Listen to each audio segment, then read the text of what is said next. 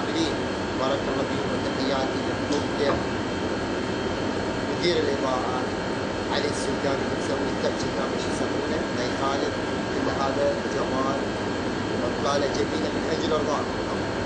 ضيفنا ما نطول عليكم الخرابيط، ضيفنا اليوم اسمه هو فعلا نجم، اسمه نجم الربيعي. نجم الربيعي ممثلنا المبدع الكوميدي اللي ضحكنا واللي دائما يأنسنا رمضان وغير رمضان، مسلسلاته جميله وين ما حل وين ما كان وين ما صار. تعالوا وياي نروح نشوف رد فعله يسوي ترى ينفعل لو هذا قاعد هذا المخيم.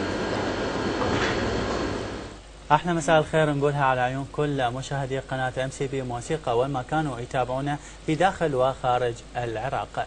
لقاء جديد يجمعنا بكم مشاهدينا وضيف اخر من ضيوف MCB، والكلمه لك يا عدالي، تفضلي. نعم أحمد، اليوم ويانا فنان كوميدي تألق في بيت الطين وكان مبدعا في عطائه، متعاونا مع زملائه، حريص على مجمل الأعمال التي شارك فيها، خفيف الظل في جو العمل كما هو الحال دائما بالنسبة لجمهوره. استغل بين المسرح والتلفزيون عبر مسيرة امتدت لسنوات طويلة. اليوم ويانا الفنان المبدع نجم الربيعي، نرحب به ونقول له مساء الخير، شلونك؟ مساء الخير واهلا بك في استوديو MCB موسيقى. مساء الخير عليكم وشكرا جزيلا على هذه الاستضافه، وتحياتي لكل العاملين في هذه القناه، وشكرا لكم كمقدمين ولكل العاملين في هذه القناه، اشكركم جدا. نعم نجمنا نجم الربيعي، رغم استضافتك الدائمة لكثير من الأعمال، لكن لحد الآن ما شفناك بدور بطولة مطلقة. حدثني يعني شنو الأسباب؟ لا هي ماكو أسباب يعني، نعم. بس أكيد هو لكل مخرج له رؤية باختيار البطل. نعم. وأحيانا يكون الممثل الثاني تأثيره يعني احيانا تاثير اكثر من البطل. نعم. وهناك شخصيات صغيره تترك بصمه بالنسبه للمشاهدين، واعتقد تسجل حضور متميز اكثر من البطل. نعم. فهذه يعني مو مشكله انه بطوله مطلقه او غير مطلقه. اذا نعم. الجروبات الفنيه اللي تحب تشتغل وياها، وهل هي سلبيه ام ايجابيه؟ يعني نعرف بالوسط الفني اكو جروبات لفنانين معينين، لكن هل هذه حاله ايجابيه على الوسط الفني وانت شلون رايك بيها؟ والله يعني من وجهه نظري انه هي حاله صحيه انا اعتبرها، لانه هناك ممثلين تقدر تشتغل وياهم فاهميك وفاهمهم اكيد. يعني من نكون مثلا انا واعوذ بالله من كلمه منو يعني داخل مثلا جروبك علي داخل؟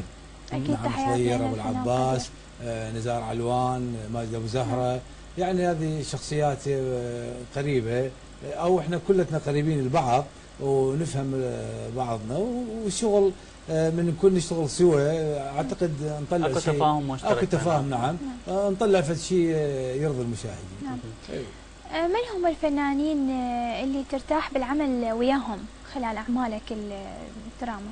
والله أنا ذكرت لك هاي المجموعة، يعني علي داخل وخضير نزار وماجد وفنانين آخرين، يعني مازن محمد مصطفى. نعم. يعني فنانين كثير الحقيقة. يعني ما يعني هسه بهاي اللحظة ما تحضرني أسمائهم. نعم. ايه اكيد تحياتنا لهم. اكيد هم كلهم اصدقائنا وكلهم فنانين جيدين وعندهم حضور متميز. زين، ارتياحك يكون للمسرح ام للتلفزيون؟ والله بالوقت الحاضر التلفزيون، لانه احس باكثر راحه لي شخصيا يعني. نعم.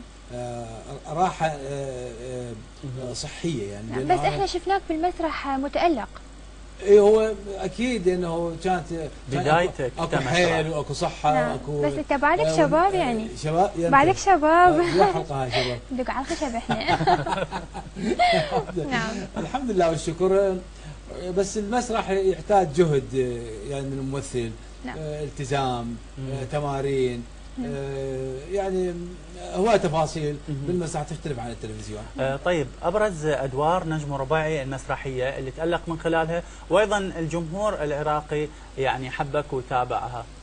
والله يعني على مستوى المسرح انا قدمت مهرجان المونودراما الثاني عام 98، مهرجان ومسرحيه اوراق، تاليف فالح العبد الله واخراج المرحوم خضير الساري، وحصلت على جائزه افضل ممثل بالمهرجان. هذا مهرجان المونودراما. والمسرحيه اللي قربتنا اكثر للناس الاعمال الاخيره، مسرحيه جيب الملك جيبه، يعني تاليف علي حسين واخراج الفنان حيدر المعثر. نعم. وتمثيل اخوه طيبه من الفنانين، يعني الفنان علي داخل وحيدر المعثر وست زهره بدن وفنانين كثيرين، قاسم السيد، حق الشوك طيب، شو احنا دائما يعني نسمع علي داخل علي داخل علي داخل، شنو موضوع علي داخل ويا نجم الرباعي؟ شنو السر؟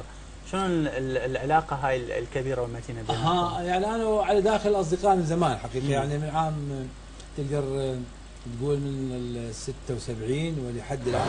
يحيى شيل كاميرتك وتعال تعال بارك الله فيك، نعدل ديماتنا، تعال نشوف نجم الرباعي ايش سوت.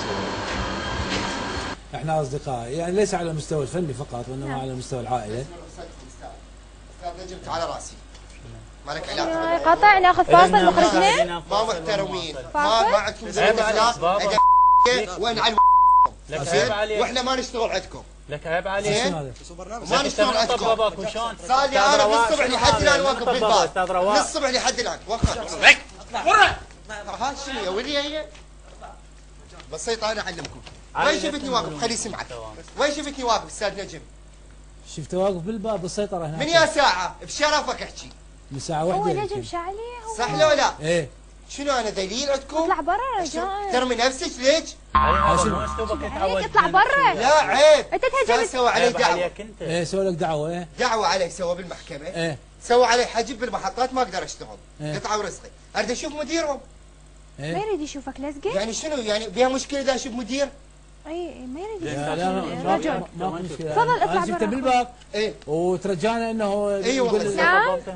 انا ما شنو. نعم يقول انه هو داخل وياك. مريت من عندي؟ يعني إيه. لا ما طب وياه. انت قايل. لحظه داري لا انا شفته قلت لهم مخرج قالوا ليش نجم الرباعي تقال؟ قالوا ضيف، قالوا ضيف عندكم نجم الرباعي، قلت اطب اشوف. بس مو انا مو بطريقة. علي استاذنا وابونا، بس عيب عليكم. عيب انتم ما عليك، تحترم تستحون. نفسك. اطلع برا. برا. علي مو لا استاذ ما يستحون لا حياتك. مو هذا لا الاستاذ. استاذ ما عندهم ادب، ما عندهم احترام للضيف. اي مو بالطريقه هذه. يعني شلون احكي وياهم استاذ؟ لا مو بالطريقه، يعني مو تتجاوز عليهم ما يصير. استاذ مو متجاوزين عليه، جاي يقول لك سوي عليه حجب. هذا سوى عليك حجيب وسوى عليك هذا وما خلوك تدخل. وهذا اطلع برا. ما بيك امر انه الدخول. طابقتهم. لا مو طابقتهم. لا دقيقه وقف. اوف لا تمد ايدك علي. جبناء انت الجبان. يعني انت استاذ شنو طابقتهم؟ القصه؟ مو طابقتهم. والله طابقتهم. عيب عليك، جاي انتخيك انا، جاي وياك. تنتخيني ادري بس مو بهذه شكلك الطريقه، مو هذا طابق. الاسلوب، مو بهذا الاسلوب. زين استاذ انت جايبه وياك؟ انا ما جايبه وياك. من الموضوع ما جايبه وياك. اول مره دا يصير هيك شيء. جايبه جايبه وياك. وياك. دا يقول انا ما جيت جايبه وياك. وياك. تعال يا علي. استاذ خاف انطبوه بالجنطه مال السياره. هو انا عندي سياره حتى انا مو بالجنطه مال سياره.